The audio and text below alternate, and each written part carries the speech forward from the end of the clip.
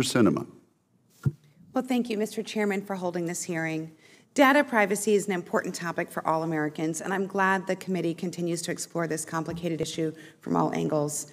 Every day we learn about new misuses of Americans' private data on the internet, including recent examples in the past month of millions of social media passwords being stored in an unencrypted format.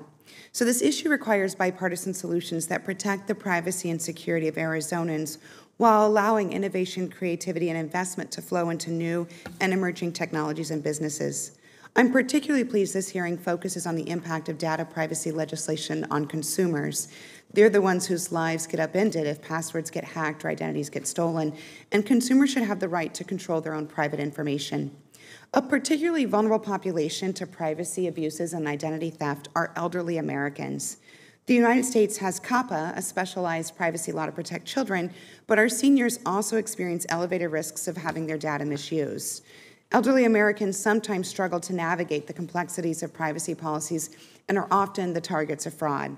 I want to make sure that any federal privacy law gives seniors in Arizona and across the country the tools they need to thrive in the digital economy and the protections they need to enjoy a productive and secure retirement. My first question is for Mr. Steyer, but I welcome the perspective of all of our witnesses. So thank you for your focus on children and the particular concerns they face. I think the consumer education piece is a critical aspect of any data privacy legislation. As you state in your testimony, many people who want to limit data collection by websites don't know how to do it, which is an issue of both transparency and digital literacy.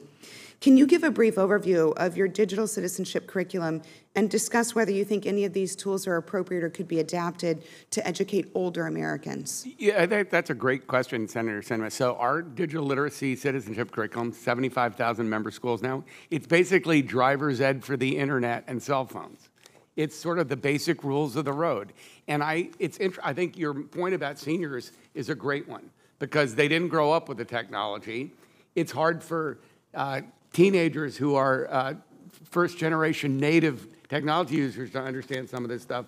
So why should a senior citizen? So I think the importance of consumer education and simple, clear ways to understand what your rights are and then how to exercise them, it's basically digital literacy. And if you guys put this into the bill, we'll create a curriculum for you for all age ranges in the country.